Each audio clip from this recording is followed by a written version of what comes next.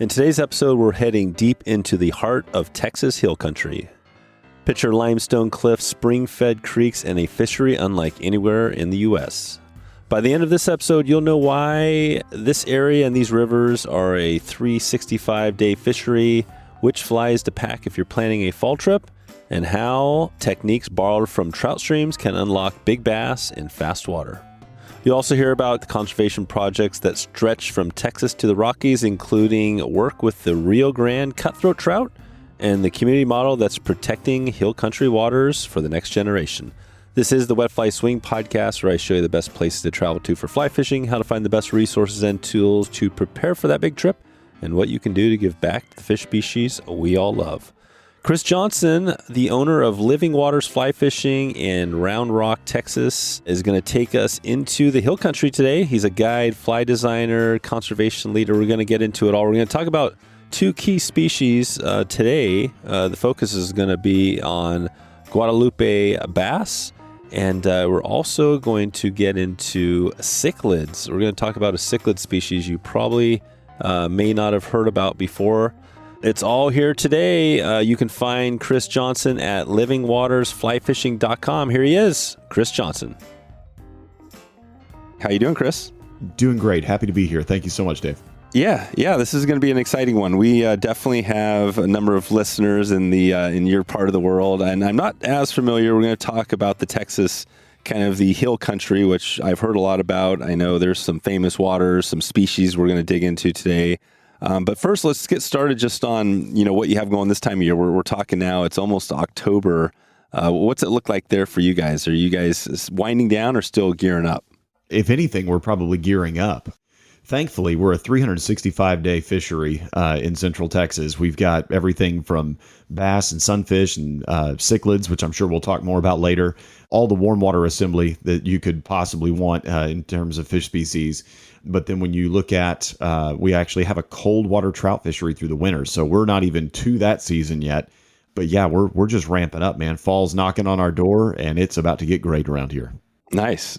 And so if somebody calls you up, maybe they're going to Texas or they're in the area, they're swinging by. What is the species do you think most people, or is there one that sticks out, or is they kind of covering everything? Honestly, I think that people that travel to our area, especially, we've kind of made, I'm not going to say we've made our name by this, but it's something that I think we're known for, is really kind of being a home water fly shop where we really do specialize in the Texas hill country. And we can get you equipped to go anywhere. If you want to go to Belize, Alaska, Florida, whatever, we've got that stuff. But I think when people travel to the hill country, there's two species that kind of take front and center simply because they're found nowhere else on Earth. One of which is our state fish, the Guadalupe bass. And the Guadalupe bass exists nowhere else on Earth but in Central Texas. And the other one is the United States' only native cichlid species, and that's the Rio Grande cichlid. And we have those throughout the hill country as well. So a lot of people that travel here are looking for those two specifically just because it's the only shot you're going to get at both of those. Okay, perfect. And maybe also define, just before we get into it, the Texas hill country. What is that area? What are the boundaries of that, would you say? Ooh, I like this question. That's kind of a funny question because it's a little bit, I think it's kind of arbitrary depending on who you ask. Basically, what I'll say is it's kind of the middle of Texas. It's kind of that heart of Texas and then move a little bit west. So if you're kind of looking at, we're just a few minutes north of Austin, Texas. If you are, if you're driving the, I-35 corridor, for instance, you're not in the hill country. You're right at the gateway of it. As soon as you head west of I-35, that's where you start seeing, it gets real hilly. The topography changes. You're up on the Edwards Plateau. The further you head west, the more hilly it gets, and it's just really incredible. If you're, fishing down towards like the Medina, the Frio, the Nueces, some of those rivers. I mean, like even the South Llano out in Junction. Those rivers, there's actually some pretty formidable cliffs and some really neat. I mean, I'm not going to call them mountains because they're not, but they're sizable hills, and it's just really, really intriguing country. I would say it ranges as far north, and some people might argue with me on this one, but I mean, as soon as you head like west of Waco a little bit, there's some topography out there that kind of mirrors it.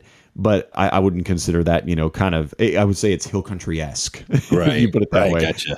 But yeah, I would say just kind of that area west and kind of southwest of Austin is really where you would see, just up on the Edwards Plateau is really where you're going to see most of the hill country. Okay, perfect. And the species you mentioned, the Guadalupe bass and the Rio Grande cichlid. Maybe describe that a little bit. Let's first start with the bass. Are those? I mean, most people know a little bit about largemouth, smallmouth.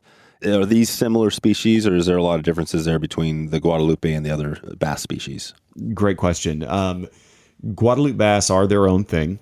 They did achieve species status, but they are most closely related to spotted bass, oddly enough. They are in no means close to a largemouth or smallmouth, as far as family tree goes.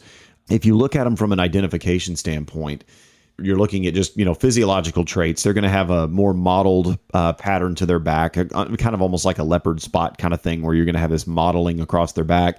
They have lateral striping on the ventral side of the fish, on the bottom side. You're going to see that lateral striping. But if you open their mouth, they'll have a spot on their tongue, a little tooth patch right in the middle of their tongue. Very similar to a spotted bass, where largemouth and smallmouth don't have that typically. So that's one of those things that, within the Guadalupe bass, they're endemic only to the hill country, but they actually do have some range overlap naturally with spotted bass that are found in East Texas. So there is a little bit of natural integration on the eastern edge of the range. Oh, eastern edge. Okay. And then as far as the techniques, are they going to be similar to if somebody was fishing smallmouth or largemouth? Are they going to be similar to that? Or what's the technique you guys are using to catch Guadalupe, the bass there? Absolutely. In terms of techniques, they are, we have to look at Texas just from a water standpoint. There is only one natural lake in the entire state.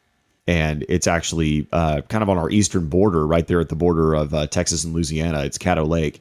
And while the lake has since been impounded, it was the only natural lake that we had in Texas at the time, and still boasts that moniker. But in terms of Guadalupe bass, they only live in rivers traditionally. Now we have the Highland Lakes chain and the system all throughout. But now, when we go fish for them as a guide service, we're primarily targeting creeks, rivers, things like that. And that's the part where I would highly encourage people to fish for them, much like you'd fish river smallmouth elsewhere, or even trout and things like that.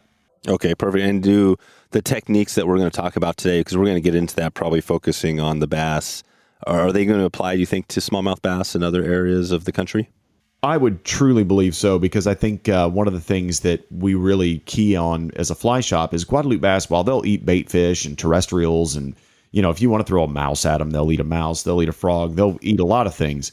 But if you look at a dietary study of adult, like very large adult Guadalupe bass, they eat a larger proportion or percentage of invertebrates than the equivalent size largemouth bass. What that means to us as fly anglers is if you're targeting large Guadalupe bass, you really want to be throwing a crayfish pattern of some sort. And I tend to find that crayfish, when the going gets tough, or if you're kind of caught between seasons or condition changes, a lot of times that crawfish can make that difference of catching a lot versus a little.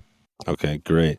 So that's a little taste on the bass. And then what about the Rio Grande cichlid? Maybe describe that for somebody who has never heard of what a cichlid is. What is a cichlid? And then talk about that species. The first thing you need to do if you're listening to this is go look up a picture of one, because they're the weirdest looking fish ever. They're so cool. They literally are the U.S.'s only native cichlid species. And cichlids, and what I mean by that, they aren't cousins to any sunfish. So, even bass are in the sunfish family as a parent family. But you're looking at cichlids. This is a one-off. They're closer cousins to peacock bass down in the Amazon than they are anything else that we have in the U.S. They're, kind of a gray colored fish, typically with they've got bright turquoise polka dots all over them during breeding and spawning season, and when they're guarding their fry as well, because both parents guard the fry until they're able to swim off on their own and fend for themselves. The front half of the fish will turn bright white, and the back half of the fish will be charcoal gray, and they use it as a defense mechanism to scare off intruders, predators, anything like that. I have literally seen cichlids as large as my hand just full on ram a largemouth bass of 5 pounds and send it running. All that bass had to do was yawn, and that cichlid was lunch. And they just do not have any fear. Like, cowardice is not a word in their vocabulary. They don't have it. They are the absolute baddest fish and fins in Texas freshwater. They're just so cool. They can be incredibly selective and picky. I've spent the last probably 9 or 10 years of my fly fishing career really dialing down on that species just because so little was known about them. And we're finding things out now. In fact, I got a call a couple of weeks ago from a biologist friend of mine, and man, it was so cool. We're finding out things now that we've never known before about the species, how they eat, how they behave. And this stuff has never been scientifically documented until now. So it's really exciting to see species that so little has been known about in the scientific world and even the angling world, and seeing kind of those two things start to marry up and talk together has been really exciting. So neat species, very much omnivorous species. They'll eat detritus and algae and things like that in the summer as adults when they're rearing their young because they're not out hunting. And then in the fall and in the spring fall before dormancy in the winter because they'll go darn near dormant in the winter. And then in spring before they get active in the spawning kind of cycle and all that, they'll feed very heavily on invertebrates. So using smaller flies like size 12 and smaller. I fish a lot of 14s for them. And you'll catch cichlids that are literally, we'll catch them where they're as big as a sheet of notebook paper. Wow. And they do. So yeah, they look a lot like kind of a sunfish, like you said, either a crappie or any of those species, but they have, like you said, they have nothing. They're a complete separate probably family, order, whatever, and species, right? They're totally separate. Absolutely. Yeah, they're totally separate, and their behavioral traits they could not be more different in many ways. Just even how they rear their young, how they behave during spawning season, even how they physically eat a fly. If you want to look at everybody thinks about bass because it's really easy to picture. We see videos of it all the time, and where they'll come up behind a fly and they'll open their mouth, flare their gills, and they'll suck the fly in through the act of cavitation, where they'll actually pull in that whatever fly or prey item that they're after. Cichlids, they can do that a little bit, but they're much more tactile in the way that they eat a fly, which is really interesting because if you're fishing in an area that, and they'll live in similar places to bass and sunfish, but I've fished for them enough now and have caught, I don't know how many thousands upon thousands and thousands of these I've caught over the last decade. But the thing that is really interesting is I can oftentimes tell when it's a cichlid that eats the fly versus a sunfish just based on how the way that it feels in my hand when they take the fly. Gotcha. Yeah. So you have all the other species too, of all the sunfish, the crappie, all that stuff. Oh yeah. We've got, just in the creek across the street from 90 seconds from where I'm sitting right now, we've got, green sunfish, red ear sunfish, bluegill, long ear sunfish, red breast sunfish, warmouth, cichlids. We've got largemouth bass, Guadalupe bass. We've got crappie in there. I've seen white bass in there. We've got gar, freshwater drum, buffalo, common carp. And that's just in one, and all the catfish as well. That's not even a full species listing, but that's literally right across the street in one water body. So we are, unlike the Western states, we are not a monoculture of trout. No, but you do have trout too, right? You have a species there. We do. So the Guadalupe River below Canyon Lake is actually a cold water tail race that boasts an impressive trout fishery. And thanks to cold water releases, there are still trout in the river. It can be 110 degrees here sometimes in the summer, and that river will still support trout. We don't really recommend fishing for them during that time, obviously, just because it's so hot. But the water temperatures are still suitable in the upper portion of the tail race for trout to basically over summer and weather our Texas heat. And then once the weather kind of, gets a little bit more mild and things kind of level out some moving into fall, we'll have a lot of what we call people that go chase holdovers, where they're, fish that were stocked, years prior that have made it through the summer. And they're big, they're beautiful, they fight hard. And we used to have brown trout in the fishery as well. But oddly enough, I know to many people's dismay, the brown trout don't seem to do as well in the Guadalupe River as the rainbow trout strain that we have in there, which is the Emerson strain out of Missouri. And they're more temperature tolerant than just about any trout known to mankind. I've talked to the Crystal Lake Fisheries that actually rears that genetic strain, and they've had specimens weather water temperatures in the 80s as long as they cool it back down at night. So that's not all of them by any means, but we've had some of that where they can withstand Texas heat. There you go. What is if we were, kind of calling you and wanting to come out for a trip, what sort of time frame, what do you think would be a good time to, if we were interested in getting as many species as we could, maybe some of these natives, what do you tell people? man, spring and fall, just kind of look at those shoulder seasons. It's not that, I mean, if you're doing the trout thing, winter's obviously show central around here. And the other thing that's kind of nice about that is it's, a lot of the warm water fisheries have kind of subsided a little bit. Not that you can't go catch bass. It's just not going to be at its peak performance. If I were going to say 2 months, look at like the months of April, May for the spring. And then in the fall, I would look through October through middle of November, depending on how the fronts fall. It's just, if you're going to kind of look at those time frames, that April, May is amazing. And it's good all the way into June. But it just kind of that spring bracket, it's going to start getting hot in June, but the fishing just gets amazing. So obviously rains and fronts and things like that play a role, but by and large, those are peak seasons. If you're looking for a world-class fly fishing experience, it's time to check out Mountain Waters Resort. Nestled along Newfoundland's legendary Portland Creek, this spot has a history that runs as deep as the Atlantic salmon that call it home. Once a fly fishing retreat for the great Lee Wolf, today it's your turn to step into these historic waters and swing up your salmon this year. You can head over to wetflyswing.com/mountainwaters right now and make it happen. That's wetflyswing.com/mountainwaters. Let's get out there today. Let DeMark Lodge give you the Montana fly fishing experience you deserve. The gin clear waters of the Missouri River offer a world-class experience with one of the finest rainbow trout and brown trout fisheries in the world. Whether you're a seasoned angler or new to the sport, their family of guides will tailor a trip just for you. You can head over to ondemarklodge.com to fish one of the great trout streams in the country. Okay, so in October, in this episode, we'll probably go live here in October. So let's take it to that. So if we were coming there, what does that look like? What would a day look like? What species will we be chasing? What rivers would we be on? I mean, that's the beautiful part is pick one. Let's start with your home water. I think, what is the home water that's kind of closest to you guys where you guys spend a lot of time? Absolutely. Brushy Creek is the one that's right across the street from the fly shop. So, I mean, and the hill country kind of is our backyard in general. So, I mean, everything we talk about will apply across the board to any fishery for the most part that you would want to go explore. But October, you're looking at, you've got so many different opportunities. You have sunfish that are actively feeding before winter dormancy and bass that are going to be gaining a lot of weight in a hurry, knowing that their metabolic rates are going to be slowing down for winter. They're going to take as much advantage as they can of feeding on, bait fish in the shallows. Your Guadalupe bass, of course, are going to be feeding on crayfish like crazy. Basically you can just almost do whatever you want at that point. Your cichlids, they're going to be, really nymph driven and small invertebrates. You're going to be looking at, really small crawfish imitations and nymph imitations, especially like Euro style patterns where they're jig headed. I've got a pattern called the Rio Bandito that I fish a lot. There's several other patterns out there. Another one that's really well known around here is the Rio Getter, tied by a friend of mine, Matt Bennett. Those are great patterns for prospecting for Rios in any condition.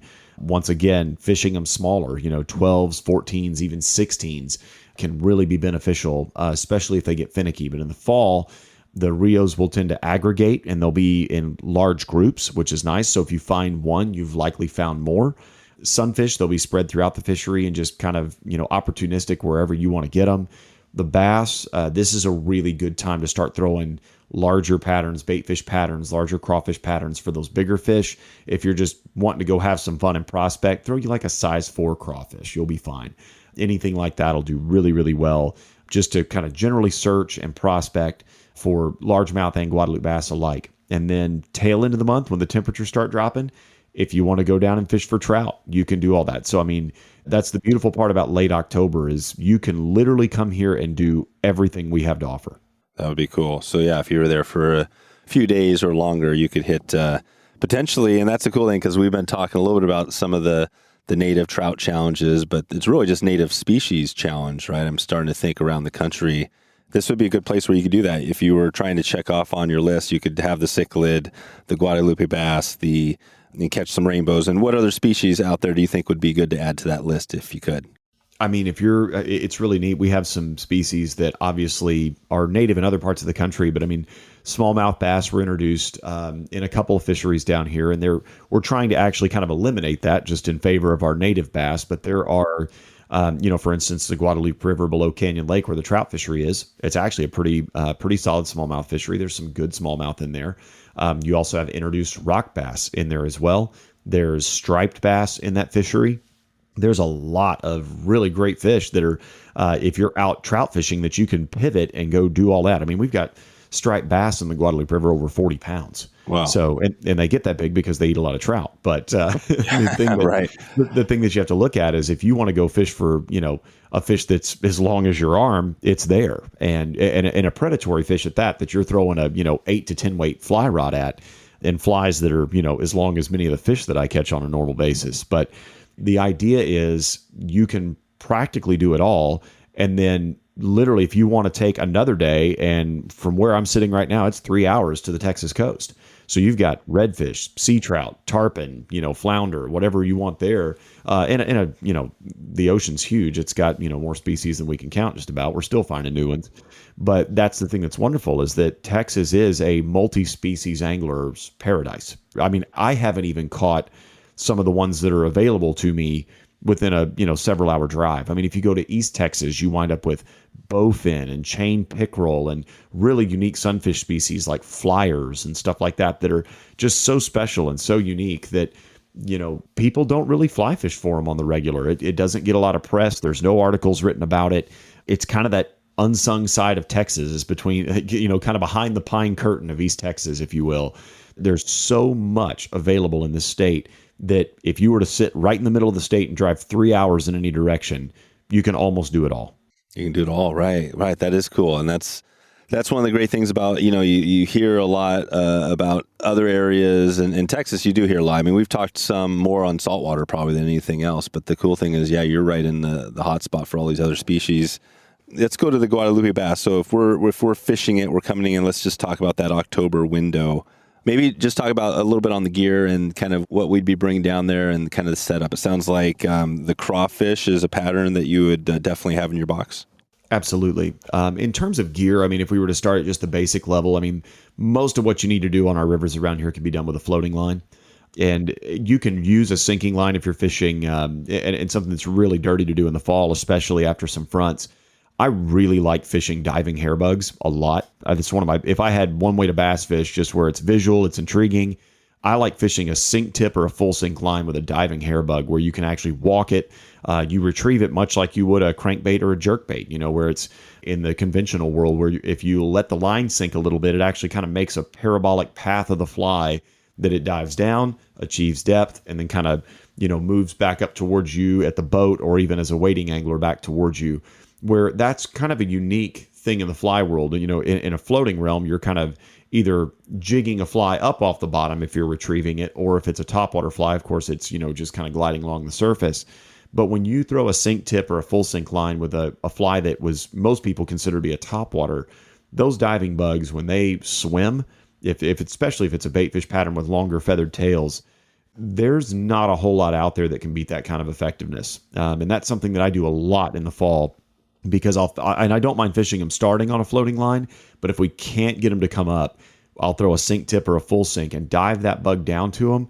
And it is so fun just to watch. You'll just see a largemouth or a Guadalupe just blink it out. Like it's just, you're watching the bug and then it's just gone. And there's a little flash of white and it just comes tight. You set the hook and it's absolutely fantastic. On our smaller creeks and rivers, that's where I'll tend to, favor the crawfish. I'll do a little hair bug work, but I kind of match. I'm a little bit more size appropriate to the fish. I mean, if they're going to be, smaller fish, something that's going to be topping out at a foot, I'll probably throw something like a size 6, a size 4 on the top end and don't go any larger. But if I'm on larger rivers, like say the Colorado just east of Austin, that's where the world record Guadalupe bass came from. I'm not scared to throw, an 8 weight with a large hair bug, and you'll be moving Guadalupe bass, in the 16, 17 inch range sometimes. Those are fish that are capable of eating a full size bass fly. And I'm not scared to throw, bigger lines, bigger flies in those type of environments, just simply because the water's not as clear. The fish aren't nearly as selective. When you get in clear water, small water stuff throughout the hill country, you have to kind of put on your A game. And that's where I'll even downsize my rods to, 3 weights a lot of times, where I'll take smaller creek gear to go chase these fish in smaller water. But by and large, if you're going to come out, just a good all-round 5 weight will get the job done more often than not. Yep, gotcha. Okay, and then, well, let's go back to on the fish. So first, you're there. How are you finding these fish, or how would somebody find these if they were out there? And are you guys doing this kind of foot, or are there boats involved? You can do both. That's another beautiful thing. It just depends on the fishery. Like if you're going to fish the San Marcos River just south of us, that's primarily a float river.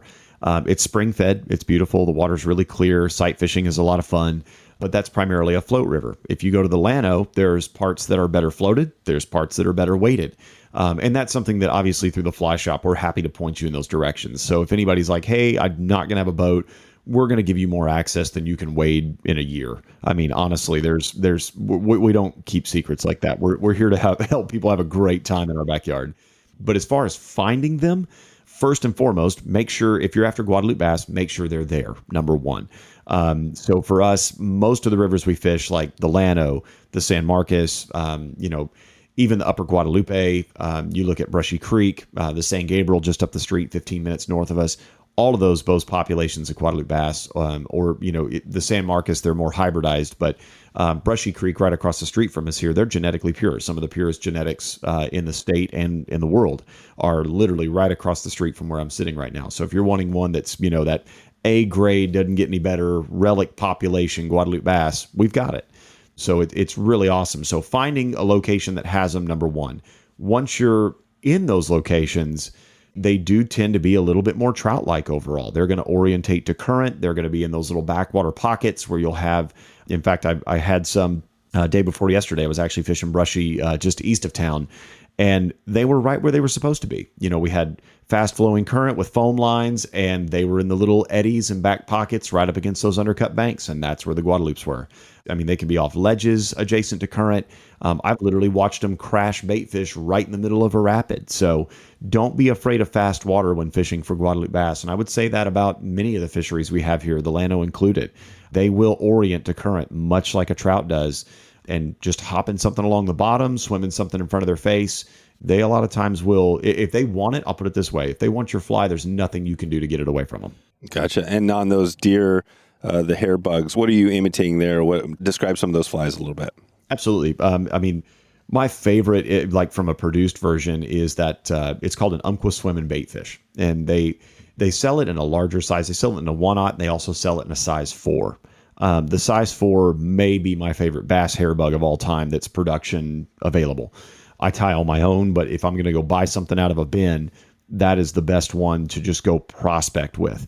And if you take that in a 1/0 for bigger largemouth and things like that, and then you have the size 4 just to go skate around in rivers and creeks and things, it does such a phenomenal job. And a pretty small bass can put that fly away.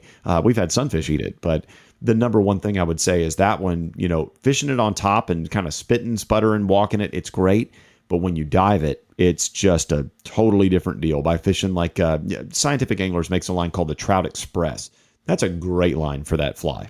It's just a front heavy line, turns the bug over really well, short sink head, dives it down right where you need it, gets you enough depth to be in the strike zone, but your running line's floating, so you're not getting all tangled up around your feet if you're a wading angler. Really, really helps just from that end to make sure that you're getting in the strike zone, keeping it in front of the fish, and really allows it to swim the way it was made to swim. And you can walk those kind of side to side. If you fished in the conventional world like a jerk bait or even a soft plastic jerk bait like a super fluke or something like that, you can use this fly kind of in place of that, if you will. And it triggers the same reactions. The beautiful part is, since it has feathers out the backside, those things are waving and tossing from side to side as you retrieve it, and the bass just can't stand it.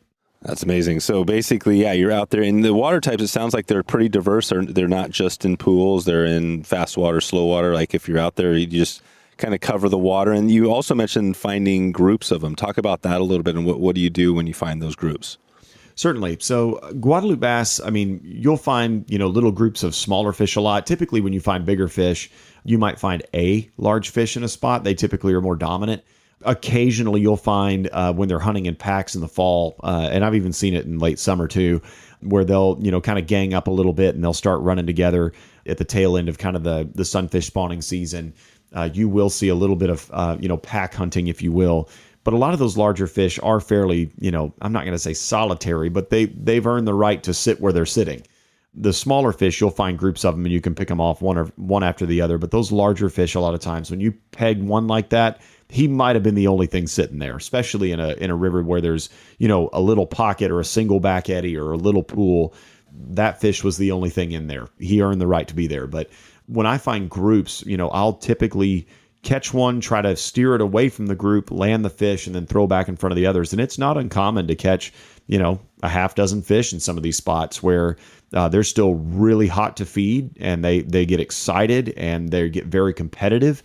So just by catching one fish out of an area, I don't give up on it until after I've thrown a cast or two more just to make sure I've thoroughly covered it. And whether that be using a bait fish pattern and swinging it through there, whether it be a crawfish pattern across the bottom, it doesn't matter. Okay, great. And the pattern, and describe that again. So you have this sinking line. You mentioned the Trout Express with the hair bug. So let's say you're casting into a pool. Describe again how you're giving that fly the action, or just describe a typical methods on the water. Absolutely. So I will typically, if it's say I've got current running in front of me, I'm going to try to get that fly as close to the bank as is humanly possible. The closer to the bank I can get it, the better, just because there is going to be some sort of current break or alleviation there that they can conserve energy and feed, fairly, opportunistically, if you will. And so I'm going to put the fly at the bank. I'm immediately going to start my retrieve. I normally, and I'm a big fan of lots of really short, sharp strips where it's just really short, really abrupt, very quick. And that's what makes that fly kind of jerk side to side. And I'm a very big proponent of using a loop knot in your rigging, just because it will cause that fly to sway more at the whim of every little microcurrent. That's what I'm after. So I use loop knots exclusively now in pretty much all of my fly fishing, whether it be trout or bass, just because it imparts more motion to the fly. So short, quick strips, retrieving back to me. If I'm fishing current, a lot of times I'm kind of a down and across. I'll throw across the current, retrieve into those edges. If I have a fish that's chasing it, I'll just kind of chug the fly across the faster water. And a lot of times they'll chase it right into the fast stuff and blow up on it. That's awesome. Well, and the loop knot I agree, that's great for a lot of different species. Well, is there a knot? What is the knot you use? Is it just the loop knot, or is there a name on that? Yeah, I mean, you can, whichever one you're more comfortable tying. I use the non-slip mono loop, or it's also called Lefty's loop. I know Lefty's loop is what a lot of people know it by. That knot is so simple to tie with a little bit of practice, and just it's exceptionally strong. It does an amazing job at, basically just retaining knot strength in high pressure, I would say kind of high stakes environments. It holds up. And I mean, I've used that for, saltwater, freshwater alike, and it doesn't quit. And it's such a wonderful knot. And I think the fact that, even an intermediate level fly fisher can tie that knot with a little bit of practice. I think you have one session where you learn it and then you get comfortable with it. If you force yourself to tie it on the water, you're going to get very proficient with it in a very short time. Yeah, that's right. And I think that's the one that I use. I just call it the non-slip mono loop. But yeah, we'll have a link in the show notes too. There's plenty of videos on that, how to use it or how to tie it. So we have that. Perfect. And then what about your leader? Is that an important part of this whole equation and tippet? It can be. I would say as far as the leader goes, I'm more inclined, like if I'm in creeks, I'm going to fish stuff that's shorter, 7.5 to 6 foot, because I don't want to spend all my time in the trees. So I'm going to really, and that's the beautiful thing is our hill country creeks, some of them do get really tight and really small. So it is a lot like, cutthroat fishing or brookie fishing. You're in small water and you're doing some of this and having to be pretty creative in some of your approaches. And there's a lot of bow and arrow casting and stuff like that. So that's a place where I would favor something like a 6 foot, small condensed leader. As you get to, kind of more open environments, I favor a 7.5 across the board for most of my fishing. Very rare are the times that I feel like I need a 9-footer.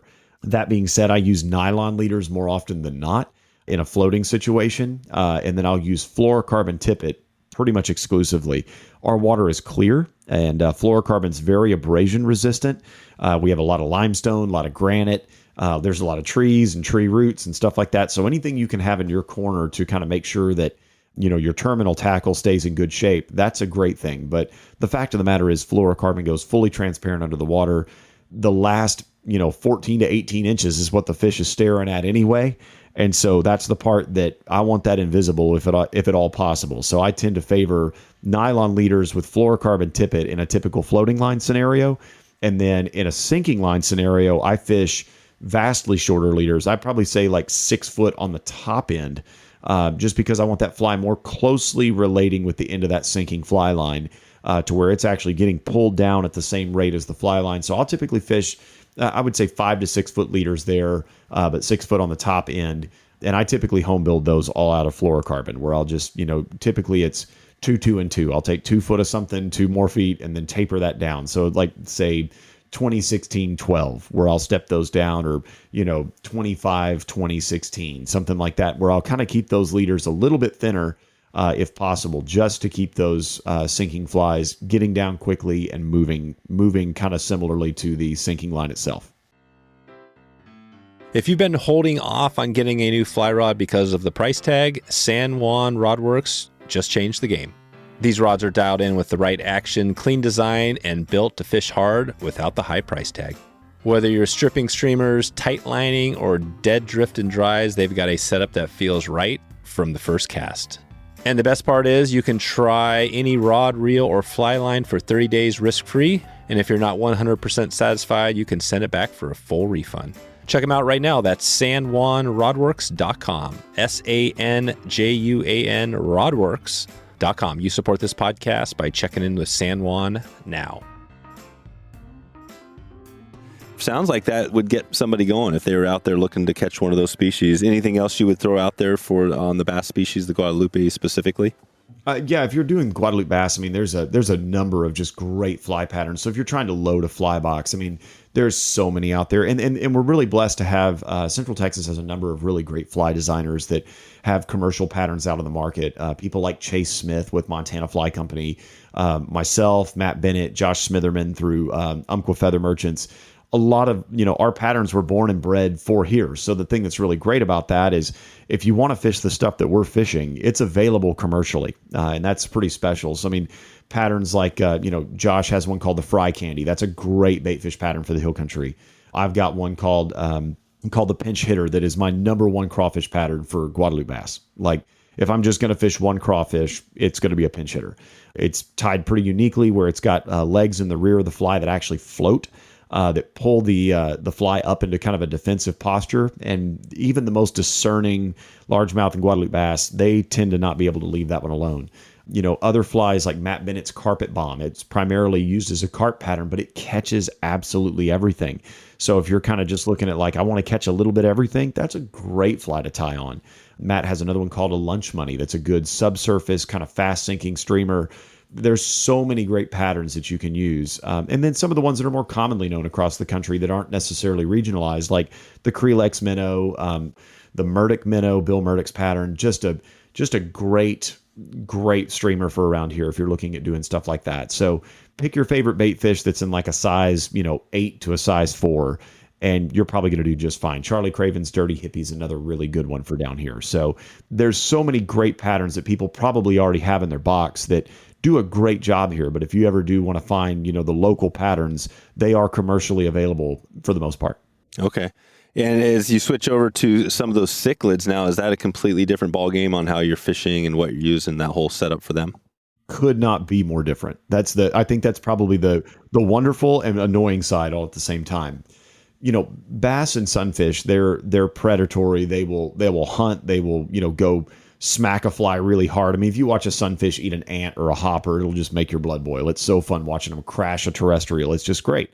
Cichlids, they are not they're evil when it comes to their attitudes. It's the only fish I've talked about in this presentation that there have been documented human attacks from. So, wow. Yeah, it's awesome. Like they're a terrible little fish. What would those human attacks be like? Like, how would that happen? It's pretty funny. It's nothing that, you need to be scared of. We have, in the summer months, let's be honest, the fish tops out at, roughly 1.5 pounds. So they're not huge by any means. They top out at roughly a foot. But during spawning season, after they've spawned and they're rearing their fly as a couple, they're very, very aggressive towards any sort of intruder.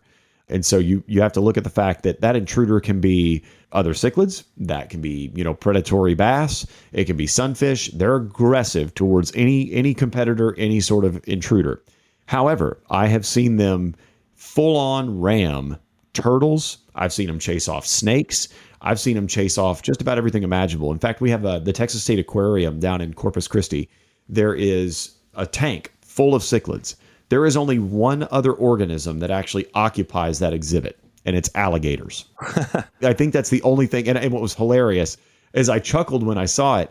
An alligator, and they're not big alligators. They're probably, 4-footers, something like that. They're not huge. One of those dove in the tank and got too close to a nesting pair of cichlids, and they straight up rammed the alligator and got him to move. And I'm just like, you have got to be kidding me. I mean, like, I'm not going to go do that. These cichlids they have no fear.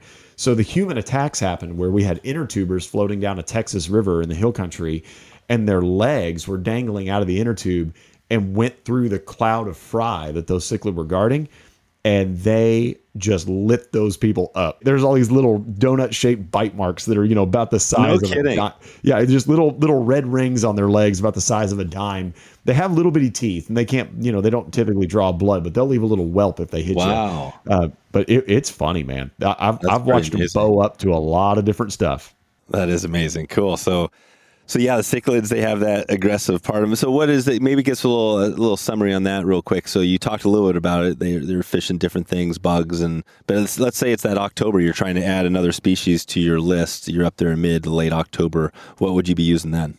Absolutely. My favorite time of year for cichlids, and I tell people this, I give a presentation at different fly clubs and here at the shop on Rio Grande cichlids specifically. And I tell people all the time, I'm like, if I had just 1 month of the year, if I could fish every day of that 1 month period, I would give up the rest of the year for cichlids. And typically it's like the second week of October through the first week of November. If I could have those 4 weeks, because cichlids in that time frame, they're coming out of spawning season. They aggregate up in groups of, I've seen cichlids 80 to 100 in a group where they aggregate up before going into their wintering areas, which are typically undercut banks with inflowing groundwater. They're going to use that groundwater to basically persist through the winter. Cichlids die, and typically water temps in the mid-40s will kill them. But in Texas, our water temps can fall below that in a winter storm pretty regularly. And that's actually not all uncommon. Brushy Creek a few years ago, it actually froze over. So, I mean, I don't know how much people know about water, but typically 32 is what makes it hard. So you're looking at, if water no longer is a liquid and becomes a solid, cichlids should long be gone. Yet They're still here. And that lets you know that they're using those undercut banks with thermal insulation from the bank. And they'll tuck right up in the back of that. And then we have a lot of inflowing groundwater under those undercuts for a lot of our hill country rivers. And that's where these fish will literally aggregate and just kind of think about it, as a group of people huddled around a campfire. That's what these fish are doing in the winter up under these undercut banks. So in the dead of winter, they're very, very difficult to fish for unless you're fishing the headwaters of a spring-fed river where that water temperature stays more constant. But if it is, if you're looking at the first few fronts that come through of the year, it starts to get that water temperature dropping, and those cichlids know it, and they eat like crazy. They will eat invertebrates with just absolute vengeance, and it is not uncommon. My wife and I, was it last year? It was last year or year before? I can't remember. It all blends together after a while. We typically try to take a trip or two out to the Western Hill Country a year just to go stay out there for a few days and just fall head over heels in love with Texas all over again. I mean, it's such a wonderful place, and you've got, native madrone trees. And I mean, there's even pinyon pines a little bit further west out there. I mean, it's so cool that it's just a very arid, different environment than what you see even along the I-35 corridor just a couple hours away. But we go out there, and those cichlids, when we were catching them when they were aggregating, I think we fished one river for 2.5, 3 hours. And between us, we probably had 150 cichlids. Oh, wow. When they're aggregated like that. Now, mind you, we're very proficient at it, and that's what I've fished for the most over the last, 10 years of my fly fishing career. But the way we're doing that, I would say, just for folks, if I were to summarize it, your flies need to be small, and your strips need to be short. I typically fish, and y'all can turn your nose up at it if you want, but I still, to this day, believe that the most effective way to target cichlids is with a tenkara rod. And the reason why is because cichlids don't favor linear movement on a fly. They want the fly to move a lot, but they would prefer almost an up and down or jigged motion, or even just sitting in place rattling, where like if you can just jiggle a fly in place, they'll stare it down and then just eat it. But they're very discerning a lot of times. But in the fall, they're out to eat. But the deal is, the longer you can keep it in that aggregation of fish, instead of stripping a fly through fish, you're bouncing a fly on top of fish, if you will. And that fly is still linearly moving towards you a little bit, but not nearly as much of a rate with tenkara as it would be with, traditional fly rods. So I still think Euro nymphing style techniques, where it's kind of more of a vertical tight line presentation, or a tenkara rod, that is by far the most effective way to target them. If you're going to do it with a Western fly rod, just keep your strips really short. Think lots of very short, quick strips. That when I'm talking short, I'm talking like an inch, where it's just this real sharp little 1-inch tug. Think about it like that, where that fly is kind of bouncing, if you will, versus dragging through fish.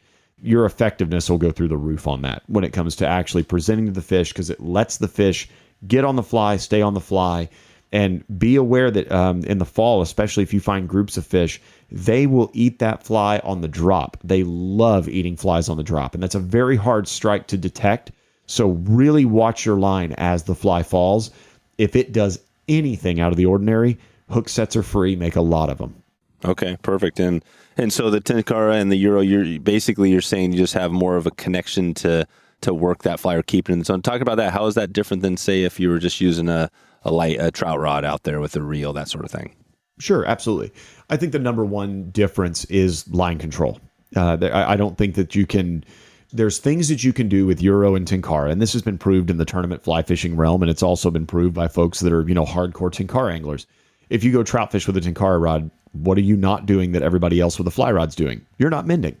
You don't have to mend at all. And even in a tight line or high stick presentation with a dry fly, you're still having to hold a very heavy fly line up out of the water.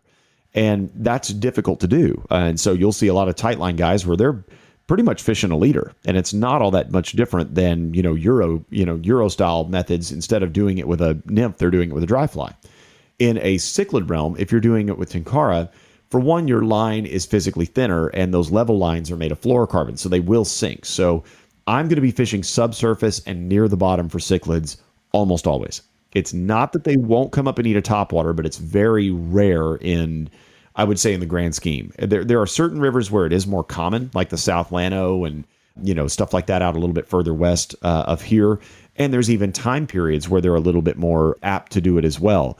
But if you want to catch not just a few on topwater, you want to catch a lot of cichlids. And when I'm talking lots of cichlids, I'm talking dozens of cichlids. If you're wanting to do that, it is a subsurface game. No questions asked. And by being able to place the fly, let the fly vertically drop along a weed line or off a ledge or in a rock pile where it's sinking, basically wherever that splash was, it's going straight down or really close to. With a traditional fly rod, you lay that cast down. Think about it. Your floating line's sitting there on top of the water and your leader is sinking. Well, that fly is actually swinging towards you ever so slightly. So in many cases, you have to overshoot, your target to get it to fall where you want it. But if you're casting towards a bank, or i.e. an undercut bank that's going to be a potential wintering area for these cichlids, every cast you make, that fly is more or less pulling back towards you slightly. With tenkara, you're able to you make the shot, you kind of reach the rod back into the target. It's almost a straight vertical drop right against that bank, and you're keeping that fly in front of more fish than you ever could with a traditional fly rod. So that line control and the ability of that fly to sink in a straight line, or at least as close as you can get it to at the target that you've dropped it on, is really a very, very precious commodity with cichlids, because they'll concentrate in such tight areas. And that's something to really be noted, is when you find one, you've probably found a lot of them. Yeah. Okay. That makes sense. So, and with the tenkara, you said the Euro nymphing style, that would work really effectively as well, because you can get it down right away, right on the bottom, right next to the bank, and fish it more effectively. Exactly. And as far as retrieve with the tenkara, because I'm still retrieving the fly, I'm not drifting the fly in many of these instances, because cichlids don't relate to current as much as, say, like, a Guadalupe bass would. They are pretty lethargic. They like slow, static water in many cases. It's not that they won't relate to current. I see a lot of juvenile cichlids and even mid-sized cichlids relate to moderate current when they're feeding on nymphs. I will see that a lot at the very, very, very end of fall. They start getting real nymphy, and they will be in currents, and we can actually fish dry droppers and things like that for them, and that's a lot of fun. But if I'm prospecting for cichlids, like with a Tenkara rod, basically I'll make the cast, and you've got your finger, your index finger on top of the rod versus your thumb, and I basically just quiver my hand, and as I do that, I just kind of raise my arm at the same time. That basically what I'm doing is the fly is staying at depth, but it's just kind of jiggling in place, and I'm dragging it along the bottom while it's jiggling, and oh my goodness, when they pop it, you'll feel it. It's just a thump, and they dramatically hit it. That sounds awesome. When you're doing that technique, the wiggling back and forth, what are you imitating there specifically? I don't even know if I'm imitating much. It kind of just looks like I'm using 9 out of 10 times I'm fishing my fly, the Rio Bandito, and it imitates a juvenile crayfish. The idea is to try to keep the fly moving as much as possible, like just in motion. So and I use a lot of, natural furs and marabou and rubber legs on my cichlid flies. And I try to keep the tails really short because they love nipping at flies. But if you can get them to, when they bite the fly, if they got the whole thing in their mouth, that's great. If you have a short tail on the fly, the odds are they're going to have steel in their mouth. And that's the idea. But basically, it looks like I've got the shakes when I'm Tenkara fishing. It literally does. I've got one hand up there that's just barely quivering, and I'm just basically kind of tilting that back towards me at the same time. When that happens, the fly is kind of quivering and vibrating, if you will, up and down, but linearly, it's not moving a whole lot. And that's the idea, is trying to give those cichlids more time to stare it down, but the whole time the fly's in motion. Amazing. Yeah. I'm looking at the fly. What is the body in? Is that like a hare's? It looks kind of like a hare's ear, some of it. It's very close. You're very, very close. It's actually Australian possum. Oh, okay. And that color, oddly enough, I fish it in a burnt orange a lot. The two colors I fish most commonly in the Bandito are that, red-headed burnt orange color with those pumpkin legs. And if you're looking for burnt orange Australian possum, you're going to have to call the fly shop. We're the only people that have it. But I actually get that custom dyed. Hairline Dubbin used to carry it, and the one color of Australian possum that they cut was the one that I actually used. I was like, come on. Anyway, I called them, and I didn't gripe, but I was like, please, and nothing. So we now have to get that custom dyed now. But anyway, nonetheless, we have a lot of it. And the other color that I'll fish is an olive and orange, where it's got orange rubber legs out the back, a really dark, almost like a forest green olive, if you will, kind of almost like what is called lake olive a lot if you're looking at it in kind of traditional fly. It's kind of a sooty lake olive, if you will. I like that it has a little bit more blue to it and less yellow, if you will. And so I use that body with an orange bead head. And if I would have been smart enough, I would have called it peas and carrots, because it's literally that. It's just that olive and orange setup that between those two colors, if I can't get it done there, I'm probably not going to get it done at all. I know a lot of people that say black is a great color for them. That may be true, but again, I'm a little bit more on the train of they are omnivores. They are eating either algae, detritus, or an invertebrate. And those invertebrates will be, nymphs and small crayfish. And so I'm going to try to put my flies from the science background, not just the anecdotal background. I'm going to try to put them in the categories of food that fish is going to eat 365 days a year if it gets the chance. And so if they're used to eating green stuff, I'm going to throw an olive fly. In the summer, I think that does play a role. But man, come fall, that everything goes. It's amazing. They just want to eat. That's awesome. Yeah, it looks like a killer pattern. Well, this has been awesome, Chris. I want to take it out of here with our conservation corner segment today, and we're going to get a couple of. I know you're doing some good work down there. So today it's presented by Patagonia's Swift Current waders. We've been loving and using Patagonia's waders. I just want to give a shout out. I'm heading out on a trip this weekend. Going to be fishing deep, and I think one of the features I like is the pockets. They've got like a bunch of internal pockets. They've got a waterproof pocket. That's one of the features I love about them. So first, shout out to Patagonia. They're doing great stuff there and in conservation as well. But as we kick this off, talk about that. I think you have is it a movie out there, Unspoken? Talk about what you've been doing in the conservation arena in your area. Absolutely. The three tenets of Living Waters Fly Fishing is a fly shop and a guide service. It's education, community, conservation. And if you were going to look at it from that standpoint, you educate the public. and we don't charge for classes up here. So anything we do on weekends, and we do some online events as well and things like that, all of it's free. So come up, be a part of it. We educate people. When we do that, we by default have built community.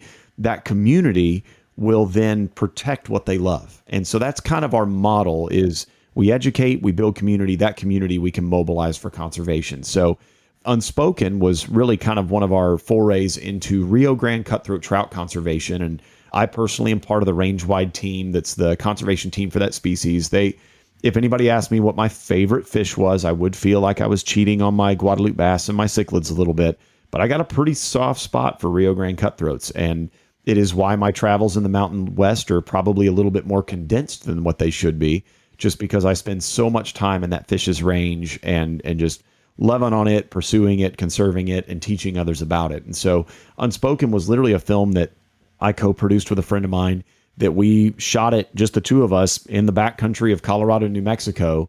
And when we were done, we're like, man, it sure would be cool to help, raise funds for this fish by using this film. And people aren't going to pay to see it. That's not the point.